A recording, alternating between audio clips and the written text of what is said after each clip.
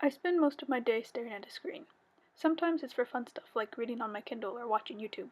Sometimes it's for school like paper editing or reading on my Kindle. Probably I spend two-thirds of my waking hours looking at a piece of glass with pixels behind it. That's not bad. The internet is a wonderful thing, all of humanity's knowledge literally at my fingertips. But anyway, there was an art assignment video a while back called Off. The idea was to use reflections on black to make a new picture. Usually you don't think of black as being a good mirror, but it creates really interesting reflections. Except here's the thing, the original artist made her own black background, and it wasn't completely smooth or made of glass like a screen, so when she made her reflection it ended up being more abstract and about color and shape. But when people started doing the assignment with their own screens, it became more about what people aren't looking at when they're occupied with pixels, which is still cool. If you look at the reflection on my laptop in its normal spot, you see my book collection. Arguably, I should turn around and pick up one of the more than 50 books on my list, rather than looking at another page on Reddit. If you look at my Kindle's reflection when I'm sitting on the couch, you can see outside. It's probably still too hot to go outside, but I can just as easily get lost in this view as in the book I was reading.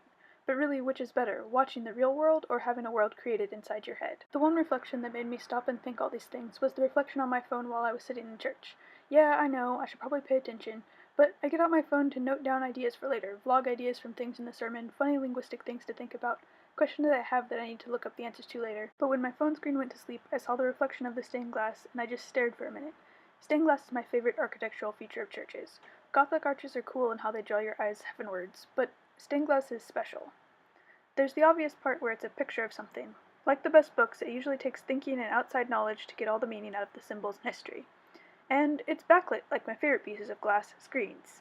But it is also a window, and windows do two important things: illuminate the inside and let you see outside. Illuminating the inside is a great metaphor for knowledge and learning, but seeing outside is just as important as being bright and pretty inside.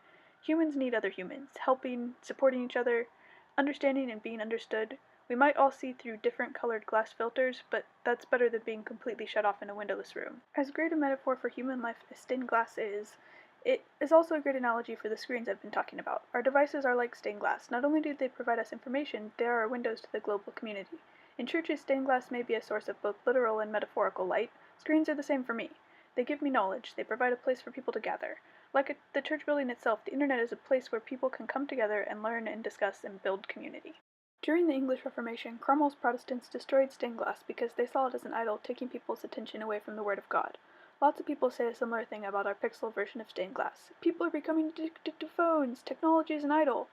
It's true, but we are worshipping what we've always worshipped: knowledge, community, something wondrous and beautiful greater than ourselves.